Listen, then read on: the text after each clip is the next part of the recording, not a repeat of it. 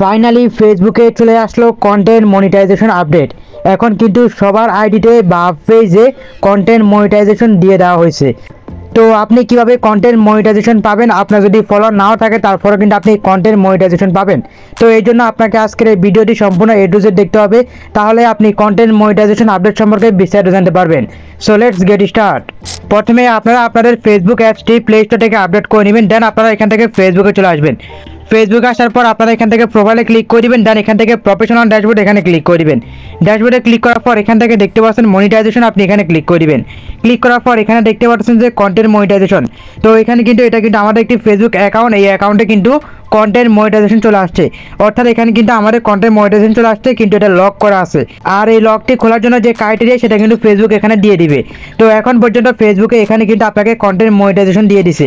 আর এখানে এর আগে ছিল ইনস্টিম অ্যাড ছিল, অ্যাডস অন রিল ছিল এবং আরও অন্যান্য বোনাস যে ক্রাইটেরিয়াগুলো আছে সেগুলো ছিল। কিন্তু এখন সবগুলো ক্রাইটেরিয়াকে বাদ দিয়ে এখন এখানে কন্টেন্ট মনিটাইজেশন ক্রাইটেরিয়া দিয়ে দিছে। তো এখন কিন্তু আপনি কিন্তু আপনার ফেসবুক অ্যাকাউন্ট বা পেজে কন্টেন্ট মনিটাইজেশন পেয়ে যাবেন। তো আমরা যদি এখানে কন্টেন্ট মনিটাইজেশন ক্লিক করি তাহলে কিন্তু আপনারা এরকম একটি ইন্টারভিউ দেখতে পাবেন।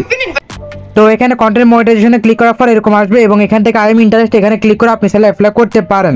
তো আমি আপনাকে বলবো যে আপনি এখন অ্যাপ্লাই করার দরকার নেই, যখন আপনার ক্রাইটেরিয়াগুলো পূরণ হবে তখন হচ্ছে আপনি এখান থেকে অ্যাপ্লাই করবেন, বা হচ্ছে ফেসবুক নিজে থেকে আপনাকে এখানে সেটআপ দিয়ে দিবে। তো এখান থেকে আপনারা সবাই কিন্তু আপনাদের ফেসবুক আইডি বা পেজে কিন্তু কন্টেন্ট মনিটাইজেশনটা পেয়ে গেছেন। এখন আমি যদি এখান থেকে আমার একটি পেজে আসি, পেজে আসার পর যদি পেজে গিয়ে চেক করি তাহলে কিন্তু সেম অপশনটি দেখতে পারবো। তো আমরা যদি এখানে প্রোফাইলে ক্লিক করি, দেন এখান থেকে প্রফেশনাল ড্যাশবোর্ডে ক্লিক করি, তাহলে কিন্তু আমরা এখানে দেখতে পারবো যে এখানে কিন্তু আমরা কন্টেন্ট মনিটাইজেশন পেয়ে গেছি। এই যে দেখতে পাচ্ছেন আমরা কিন্তু আমাদের এই পেজেও কিন্তু কন্টেন্ট মনিটাইজেশন পেয়ে গেছি। তো এখানে কিন্তু আমাদের তেমন বেশি ফলোয়ার না, এখানে মাত্র 2.1K ফলোয়ার। এর মধ্যে কিন্তু আমাদের কন্টেন্ট মনিটাইজেশন দিয়ে দিছে, বাট এখানে এখনো সেটআপ দেয় নাই।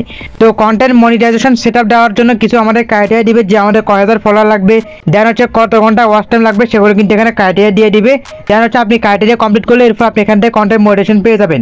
তো এর আগে কিন্তু এখানে কন্টেন্ট মনিটাইজেশন যাদেরকে দিছে তাদের হচ্ছে আগের মনিটাইজেশন ছিল, তাদেরকে কন্টেন্ট মনিটাইজেশন দিছে। কিন্তু এখন গণহারে সবাইকে কন্টেন্ট মনিটাইজেশন দিয়ে দিছে।